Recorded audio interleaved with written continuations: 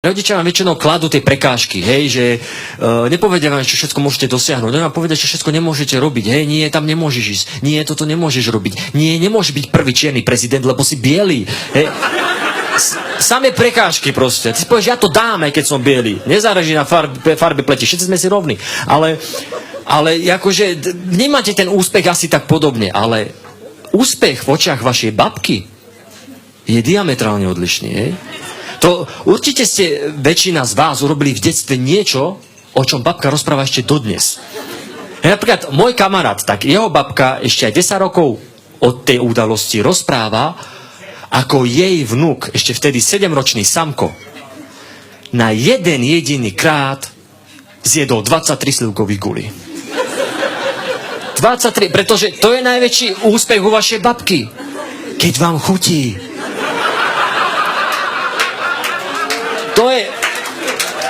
To je to. Nobelová cena, Oscar, kdeže chutia ti makové šunance? To je môj chlapec. A nič nespraví väčšiu radosť. Ona vám naloží 12 knedlí a ty si sadneš za to a povieš, ja chcem ešte ďalšie 3 a ona, ty zviera!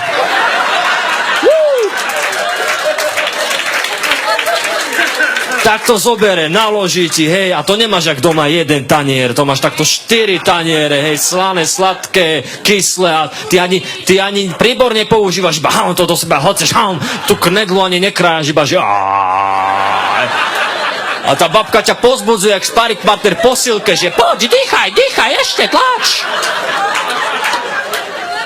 A to je to, hej, aj na tie raňajky si zvyknutý doma, že si dáš kúsok bábovečky, hej, kakálkom si pokropíš trošku pery.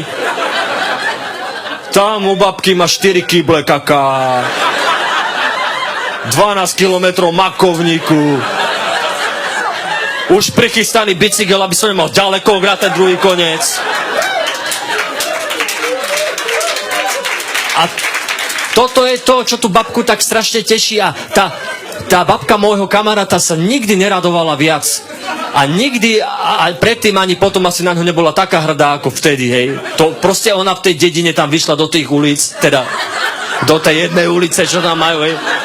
Vyšla tam medzi tie ostatné babky a sa chválila, že môj vnuk, 23 slivkových gulí. Hej, a tie babky tam, že shit,